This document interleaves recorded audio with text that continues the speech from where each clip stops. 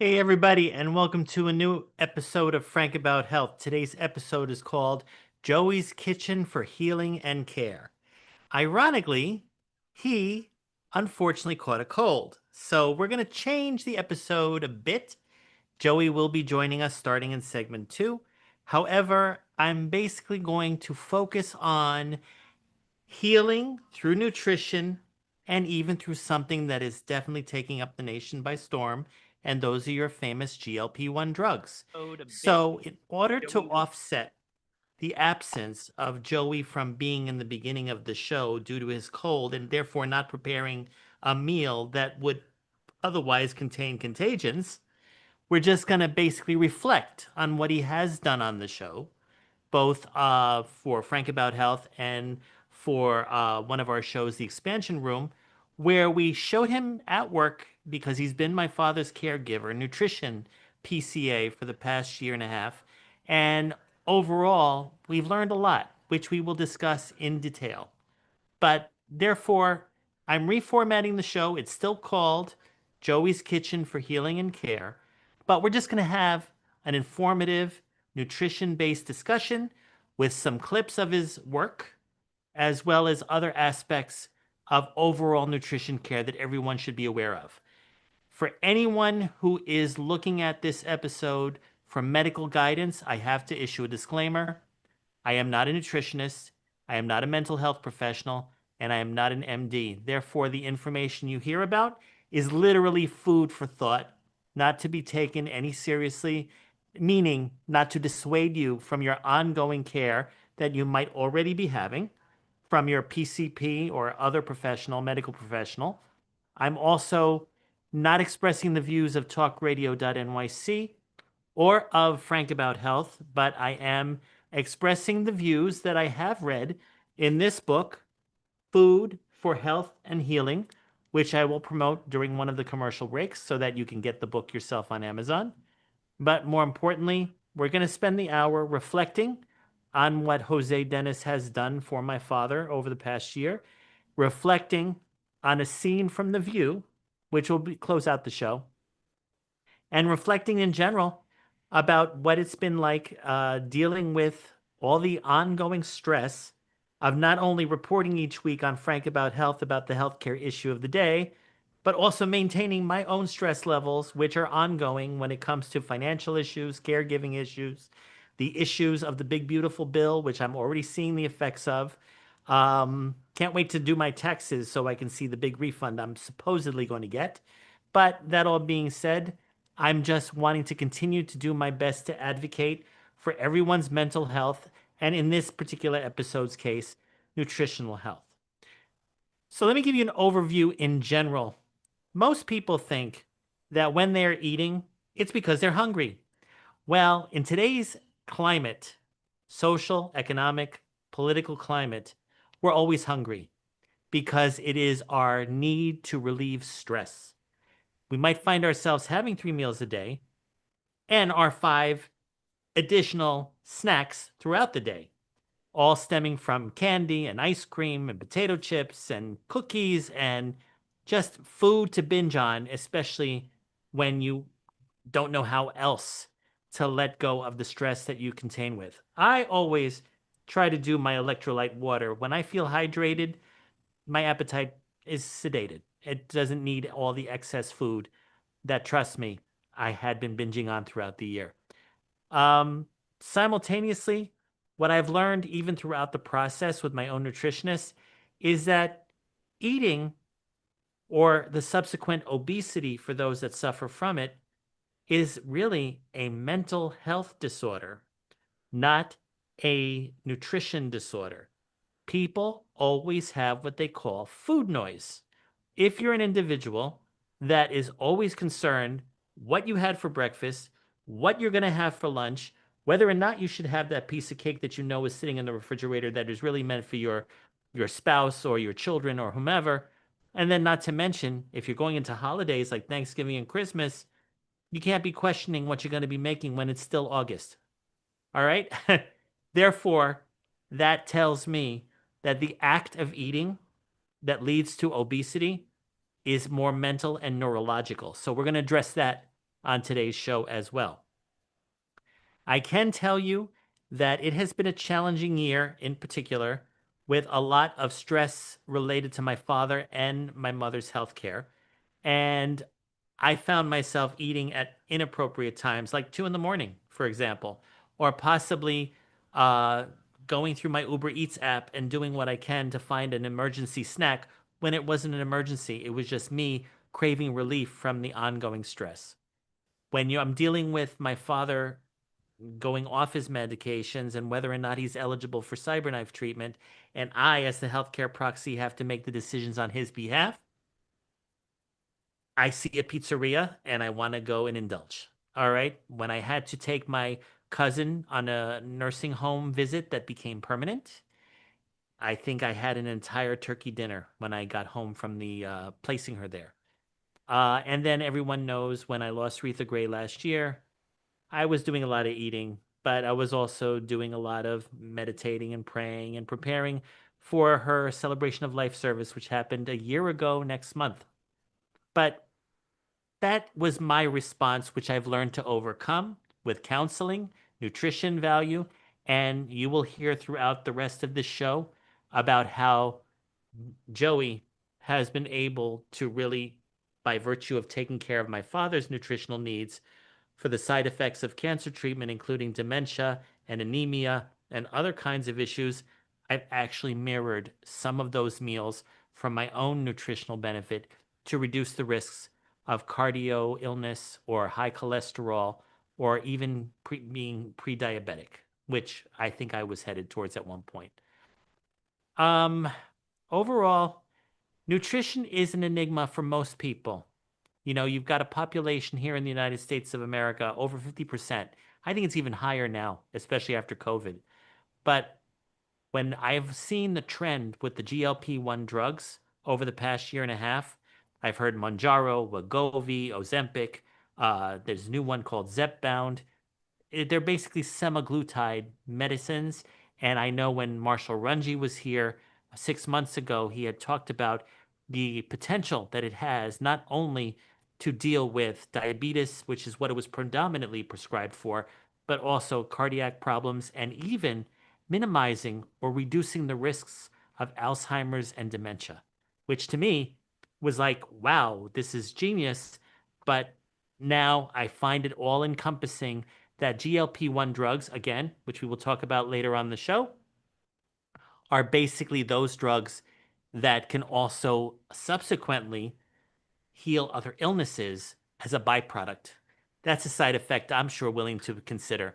All right, I think we're almost headed for our first break, but before we do, I'm going to show you one segment of Joey's first appearance on Frank About Health back in July, I believe it was.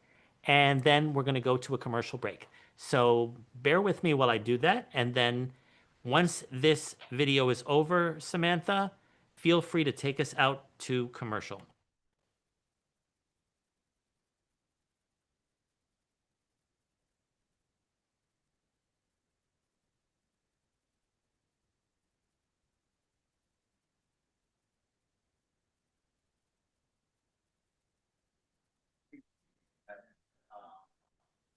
Has a slight dementia. And we are going to prepare today a salad for him that will benefit his brain and function. We're going to start with the garbanzo beans. As you see here, they are rich in nutrients like folate, iron, magnesium, and zinc. Folate aids in brain development and cognitive function. Magnesium supports nerve function. Then we have the tomatoes, which are packed with lycopene and antioxidant that protects brain cells from damage, reduces inflammation, and enhances communication between neurons, potentially improving memory, learning, and mood. Then we have the cucumber, which is high on water content, helping with hydration, which is important for overall health and brain function. Then we have our onions, which contain flavonoids, which are plant compounds that can improve blood flow to the brain, potentially boosting focus and concentration and may lower the risk of Alzheimer's disease. Then we have our cilantro, um, which contains antioxidants and flavonoids that may reduce brain inflammation, improve memory, and ease anxiety symptoms. And with that, we have garlic for flavor. We have oregano, salt, and salt and pepper for flavor. Okay, so now we're gonna put our salad together. I'm gonna start with seasoning our oil.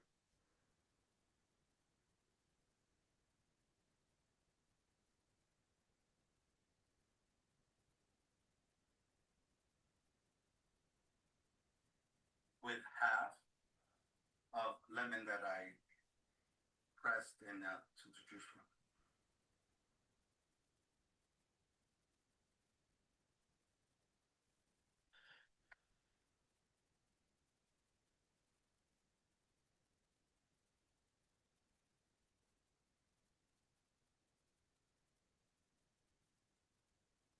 Combining to make sure they coagulate with each other.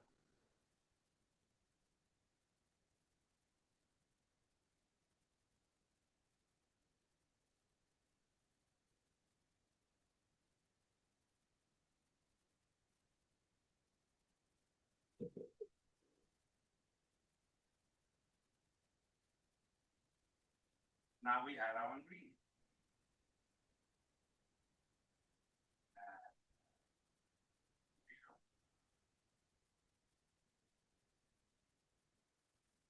Cucumber,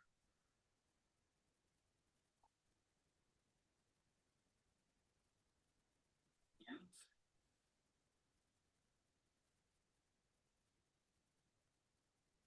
and the chicken.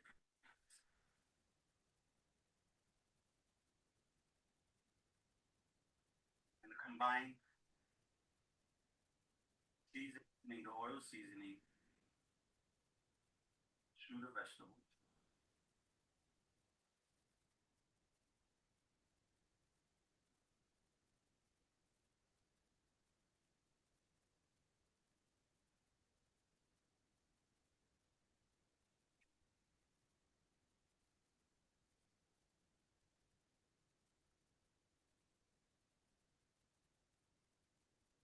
We'll add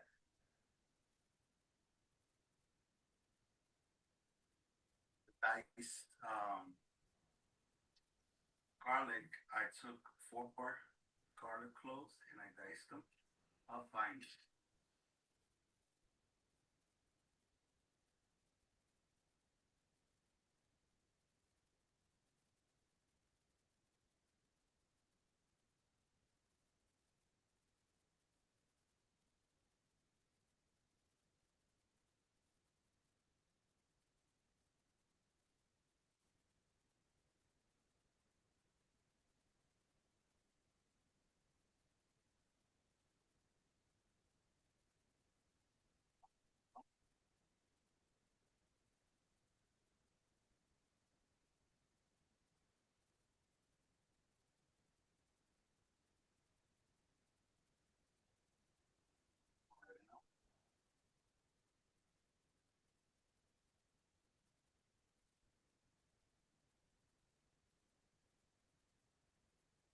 About a half teaspoon.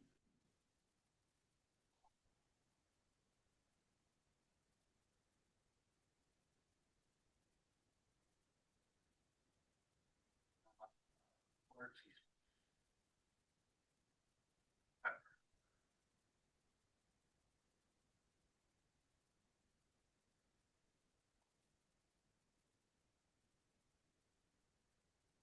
All of these.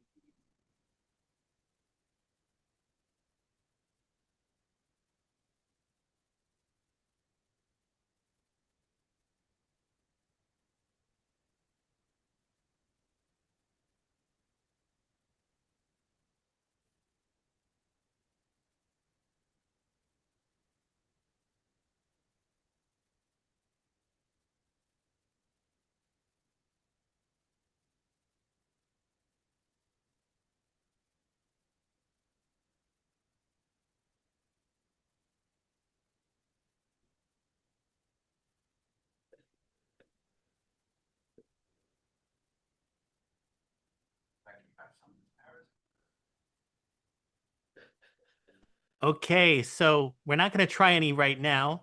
That basically is the preamble to the next section of the show when I introduce Jose, and he and I will have a conversation about that entire recipe and how it impacted my father. And so, Samantha, we're ready for a commercial break, and we'll be back in a few right here on talkradio.nyc and on our social media. See you soon. Are you a conscious co creator? Are you on a quest to raise your vibration and your consciousness? I'm Sam Leibowitz, your conscious consultant, and on my show, The Conscious Consultant Hour Awakening Humanity, we will touch upon all these topics and more. Listen live at our new time on Thursdays at 12 noon Eastern Time. That's The Conscious Consultant Hour Awakening Humanity, Thursdays 12 noon on talkradio.nyc.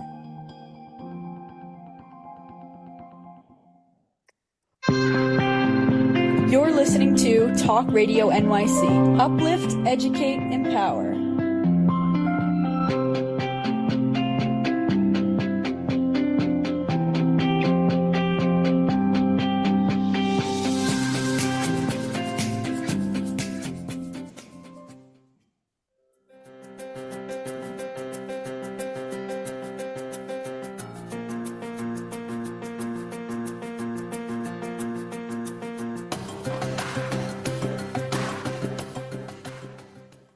Hey, everybody, and welcome back. So here we have it.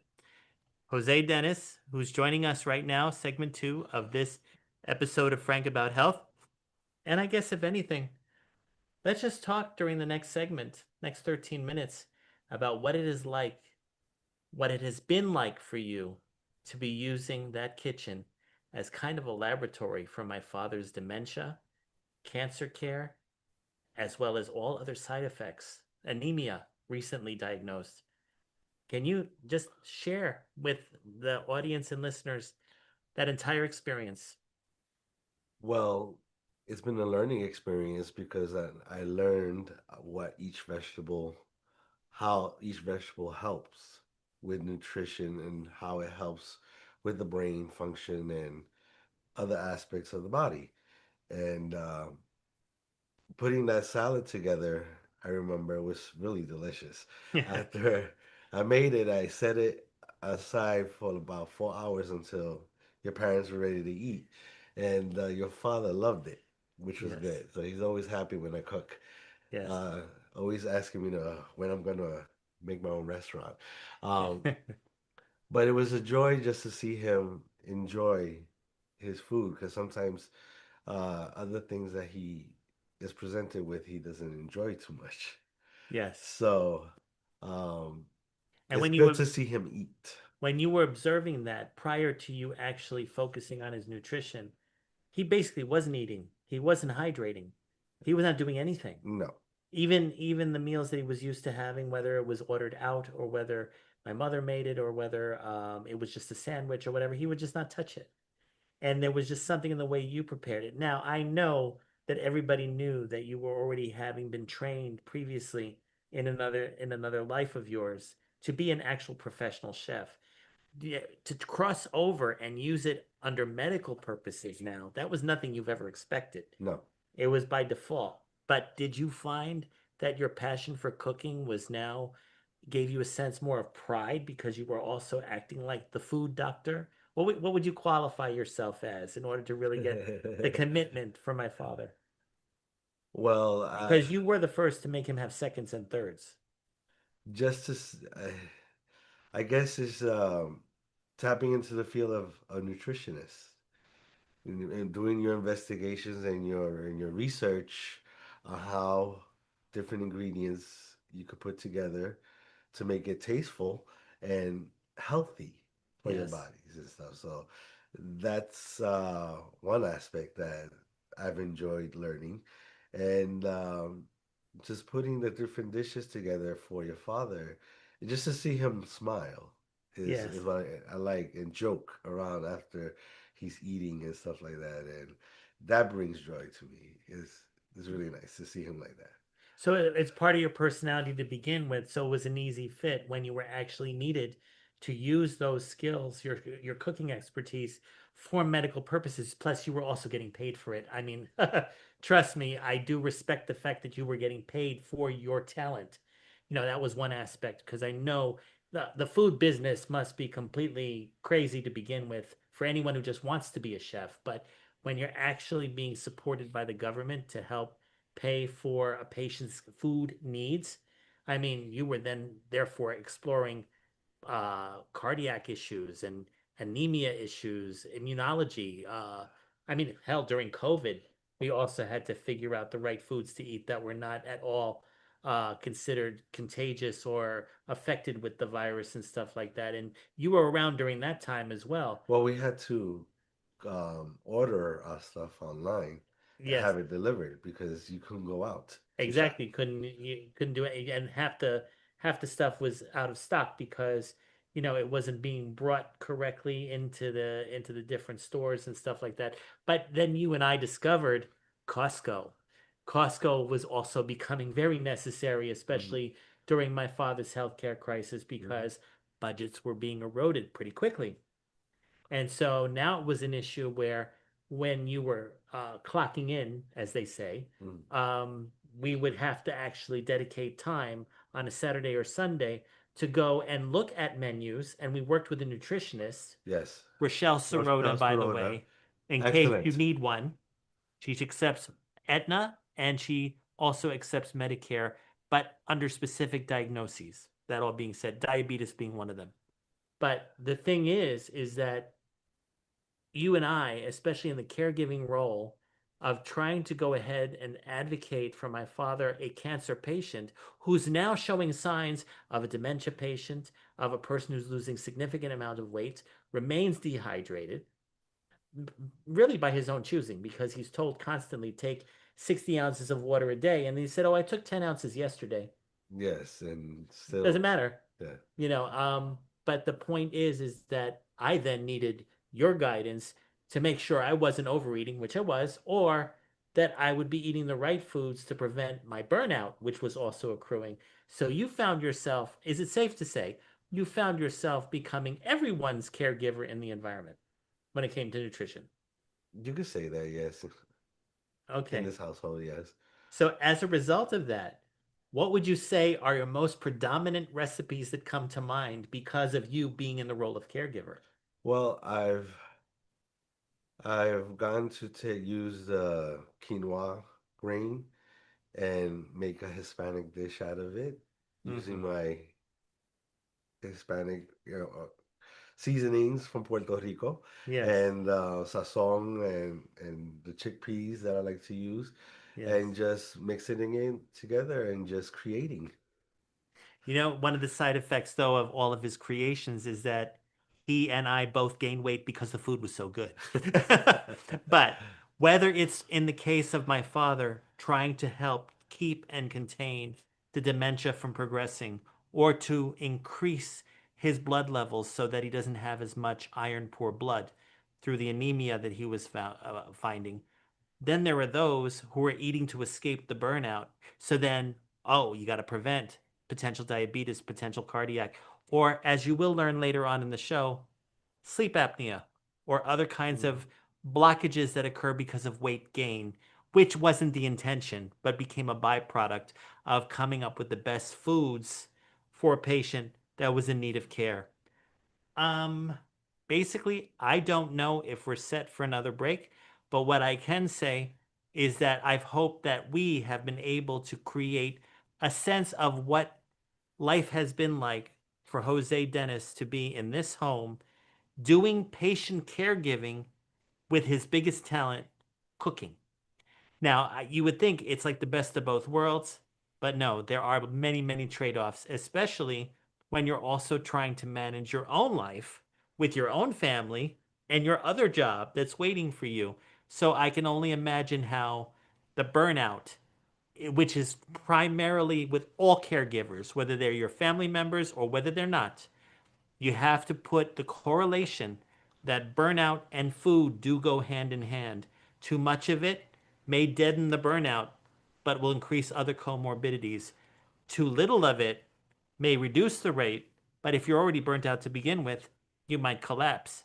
So there's a lot of hydration and sleep and vitamin supplements that need to be involved for caregivers. While in the patient's case, first target what their main ailment is and target the food menus that will help maintain their quality of life while living with those particular ailments. Do you have any other thoughts before we go to our second break? Um, just that's what I was researching through the different vegetables and stuff. What can I put together that will help your father's dementia Yes. and stuff? And also, he had an issue with his iron. So I Yes. also did research with that, and I think you have a recipe that you will show later on Yes. what I created. Correct. And also, we used artificial intelligence and it provided us with all the menus as well as all the budgets that we had to consider when we went and did our Costco runs every week. All right. I haven't gotten any alert as to if there is a break, but I'm going to assume that there is one. So please stay tuned as we are here with Jose Dennis as we are talking about nutrition and caregiving, using the kitchen as his laboratory of sorts, as a caregiver. And we will then continue as we talk about some of his other recipes. And like I promised you, the final segment will focus on the GLP-1 drugs. All right, we'll be back in a few. Hey everybody, it's Tommy D, the nonprofit sector connector, coming at you from my attic. Each week here on talkradio.nyc, I host the program Philanthropy in Focus. Nonprofits impact us each and every day, and it's my focus to help them amplify their message and tell their story. Listen each week at 10 a.m. Eastern Standard Time until 11 a.m. Eastern Standard Time, right here on talkradio.nyc. You're listening to Talk Radio NYC at www.talkradio.nyc. Now broadcasting 24 hours a day.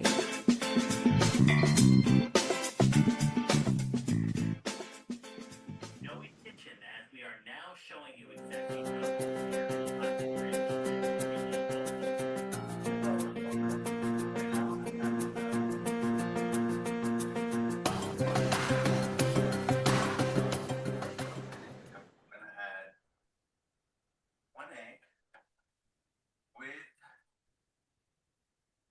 onions, peppers, and I also added a little celery flavor. And in here, in the mortar, I crushed garlic with oregano and cumin and turmeric that I added to that with white distilled vinegar with my olive oil, and which I will mix into the meat, make my little meatballs, which will go in here. And then in this pot here, I prepare quinoa. And on the side, I will cut up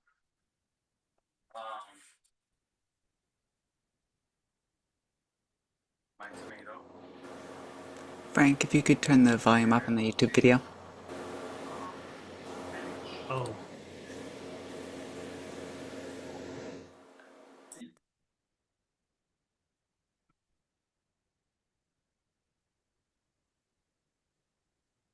Okay, so what is the point of the iron-rich ingredients that you want to mix together? This is to build iron within Okay. Sorry for the technical difficulties, but I did realize that in order for everyone to hear what Joey was saying, I had to activate the sound quality while the video was flipped. So sorry for those of you who did not hear it, but all of those video snippets are available on my Frank About Healthcare YouTube channel. Look for it, and for those of you who want to see the different recipes, tell the viewers what recipes are on that channel that you've made for Frank About Health in the expansion room. Well, in your show, I had done the Mediterranean salad that we saw earlier. This iron enriched salad was done for your friend's show, um, The expansion the room. expansion room, Hmm. and it was the meatballs that I made with the quinoa, and I also made a crushed almond um, Almond encrusted salmon. almond encrusted salmon Yes. with broccoli, Yes. which was Yes. delicious. Okay, and each of those had a purpose. The almond encrusted salmon was definitely for The mind. right. And the quinoa bowl was also for the same thing, or was the anemia? No, that was for the anemia and the meatballs. That was for the iron rich. Okay. All right, everybody. So overall, um, I think what you have discovered in the first two segments of the show is that weight loss is basically a means to save your life, depending upon what different illnesses that you are carrying. In my father's case, it's cancer. For my case, it was prevention of diabetes. For Jose, I would like him right now to share with you a recent illness that he has. I wouldn't call it an illness, it's a sleep disorder, but it is now affecting him and making him eligible. Well, he has to lose significant amounts of weight to stop the sleep disorder, but it'll also make him eligible to deal with any other side effects that he's currently faced with, including prediabetes and whatever. So, why don't you share your story with sleep apnea?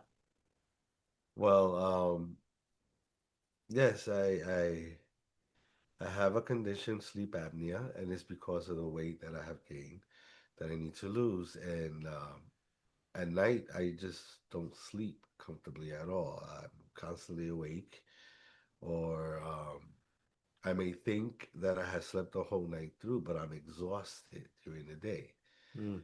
And when I'm dragging myself to work and stuff and having to do things, sometimes I doze off in front of a computer, which is bad. You mean you're literally dozing off in school? Sometimes it happened to me like twice. Wow. So it's a bad situation. So um, I spoke to a person that was taking over for Dr. Miranda in NYU Langone NYU Health. Langone, and she spoke about that. Yes, one of my sleep tests showed that with the CPAP, I slept better through the night than without it. And she also spoke about this new medicine called Zepbound that when I see Dr. Miranda in February, I guess we'll have a discussion about. It's, Very interesting. I mean, now the funny part is we're not even talking about food as medicine. We're literally just talking about um I guess the aspect of still weight loss. yes, So, exploring this in real time with all of you out there, we're actually talking about obesity being another illness. yes, And so, while you are already an excellent cook and doing what you can as a caregiver, especially for my father and subsequently for me and my mother by virtue of going through our own reactions to what has been going on, would you say that part of your weight gain was based on eating your iron-rich foods and your food to help prevention of dementia or minimize dementia? Would you say that you really got that you use the laboratory as your place to pick at the same time? yes, Okay, I mean, I don't believe I think most chefs do that, especially if they're in restaurants and stuff like that. But subsequently, you were going through burnout as well, and your way of coping was by probably eating more hmm and ultimately gaining more weight that would lead to the apnea. And now the sleep deprivation and the fatigue and everything else that you've been describing, which made you eligible to continue doing the cooking and being mindful of the nutritious foods, but now looking into CPAP machine to sleep better and at the same time start doing what a lot of people have been advised not to. It's also not cost effective in most cases because insurance won't cover it. But after I show everybody in the beginning of the fourth segment what we saw yesterday on The View. I'm even considering it now. Mm-hmm. But I do still agree, and I'm not saying to stay away from Joey's recipes or not be focused on using food for your healing. But if it subsequently helps with your illnesses and creates obesity as a new comorbidity, then we need to visit the GLP-1 drugs simultaneously with the right foods to eat. So I can see we're about to take our final break. And when we return, we will go ahead and show you the scene from The View and have an entire discussion on the GLP-1 drugs. So please stay tuned right here on Frank About Health on talkradio.nyc and on our social media. We'll be back in a few. On Frank About Health, we're not just talking healthcare. We're managing disruption and innovation. Over the last 4 years, I've taken you from epilepsy and COVID to mental health, caregiving, and now the front lines of healthcare transformation. Stay tuned for a healthier future as we bring on the innovators, professionals, storytellers, and advocates who show you how to own your healthcare every Thursday at 5 p.m. Eastern Time on talkradio.nyc. You're listening to Talk Radio NYC at www.talkradio.nyc. Now broadcasting 24 hours a day.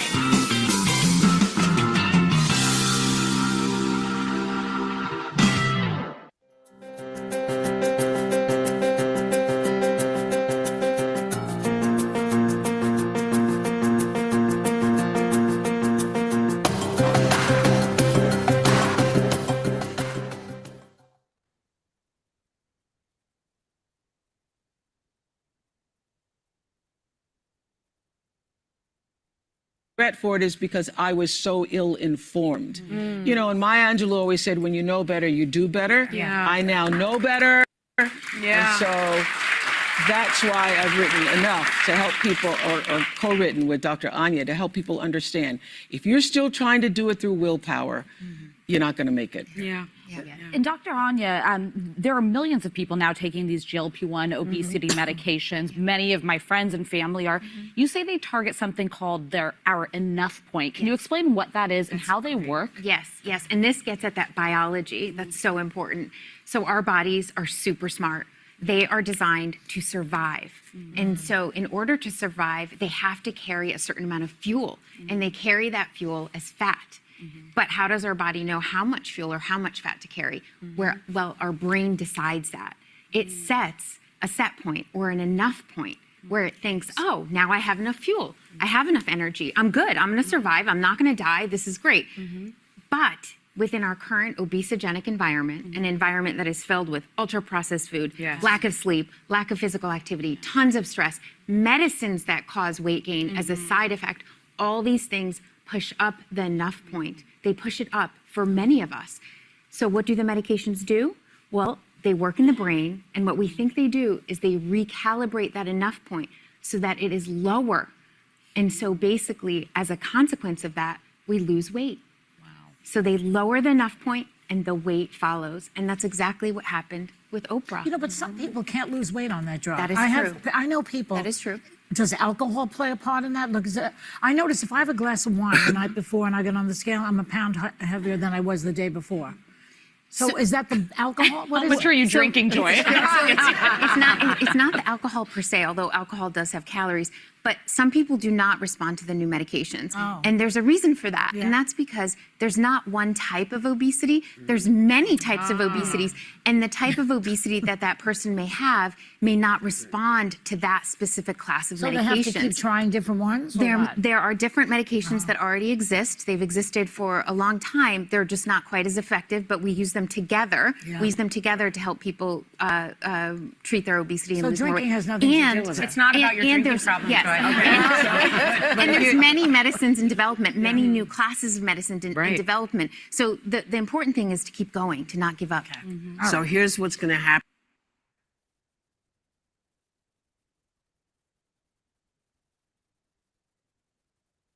All right, this is multitasking at its best. But basically, the takeaway from this episode is not only to keep in mind of using the kitchen as your laboratory when taking care of your family or friends, or if you're a caregiver like Joey is for my father, being able to look at food for its clinical basis as well, depending on the type of illness the patient is being treated for. But when you yourself, the caregiver, or even I myself, begin to experience outgoing stress due to the caregiving burnout, and you start gaining weight, which leads to things like apnea, start looking at two dynamics here. One is you might be suffering from what I gathered in that interview on The View with Oprah Winfrey, that obesity is a neurological or in some ways a mental illness. I don't mean like the traditional mental illnesses like psychosis or schizophrenia or neurosis or depression even, but I'm referring to the food noise that only people who suffer from obesity are living with. And that is where the GLP-1 drugs transmit and reduce the level of that noise so that you no longer have the desire to eat to escape. Only eat when you need to. All right, so there's that thing that to consider, as well as maintaining a quality of life through the use of the high quality foods that you need to have as much of an energetic and healthy lifestyle while also dealing with those that really need the best nutrition support. So, another big takeaway is that obesity is an actual illness. Just the act of gaining weight and losing it and fluctuating or whatever, those are behavioral responses to that illness of obesity. All right, overall, I have spent the last 45 minutes with you looking at the spectrum of what you've done on Frank About Health and also the expansion room in really approaching the types of foods to set for people who have mood disorders or dementia or anemia or whatever. But it looks to me that nobody has ever, with all the diets that have been in the marketplace for over as long as I've been alive, nobody has ever realized that in terms of nutrition, if you already have a good foundation, is not something you really have to concern yourself with, except when you're ill. But the fact that we live in a society with too many processed foods, and I can always talk about, like I've talked on my Voices of Disruption series, about all the high tariffs and causing limitations on food stamps and dealing with people not knowing where to get their food because the prices have risen and then they're getting foods that aren't healthy and whatever. It's actually reinforcing this, well, I wouldn't call it newly found illness of obesity, but something that's finally being pinpointed and represented so that a class of drugs, the GLP-1 drugs, can actually hopefully become eligible for funding through insurance programs or other kinds of government support so that we can also maintain our society's quality of life. So ultimately, nutrition is not just about the food, it's about how you take the chemicals associated with the food and neutralize them with the appropriate medications.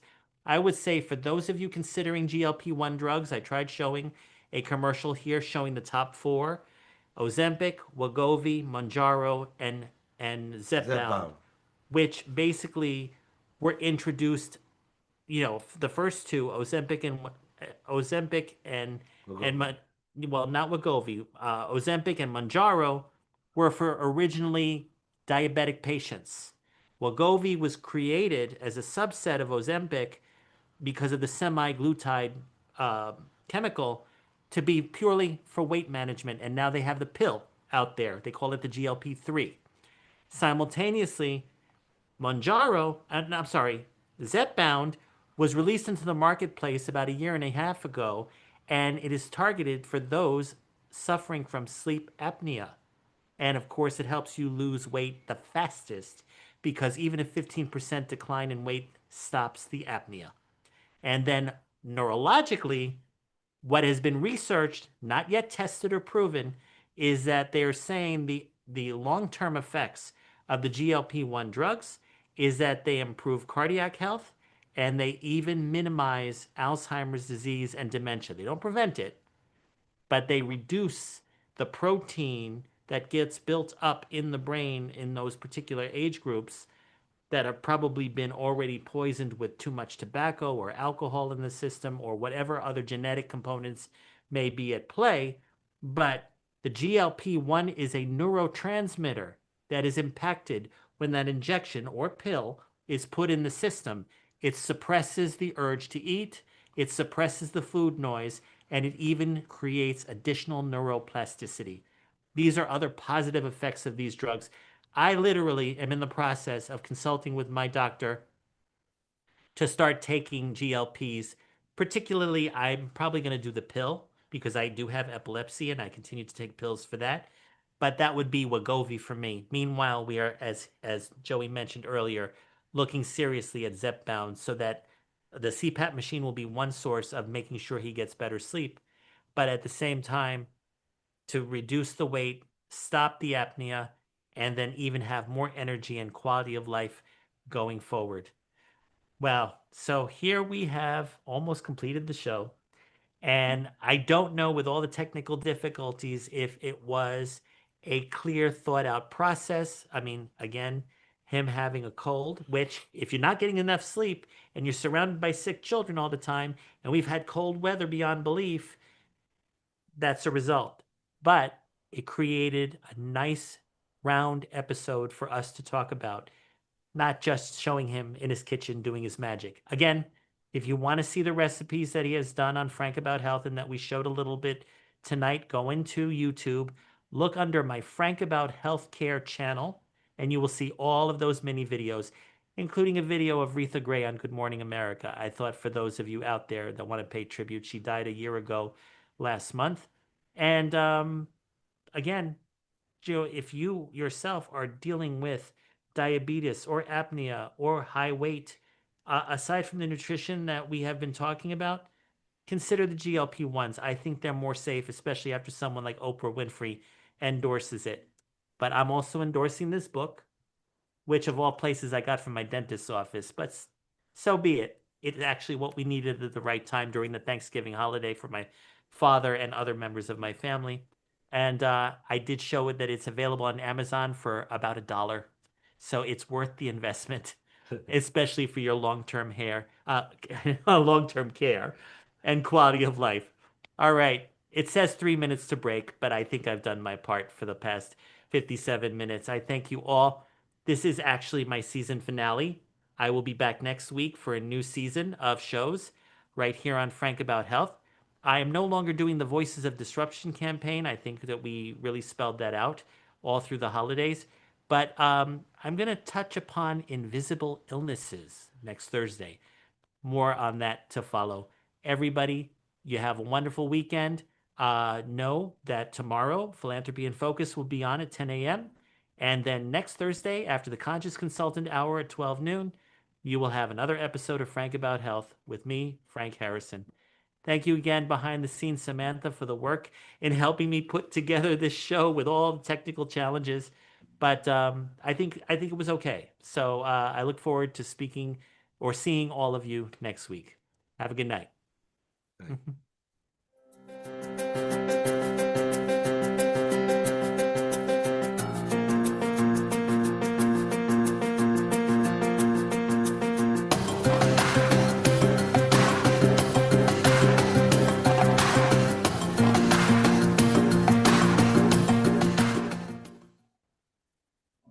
You're listening to Talk Radio NYC. Uplift, educate, empower.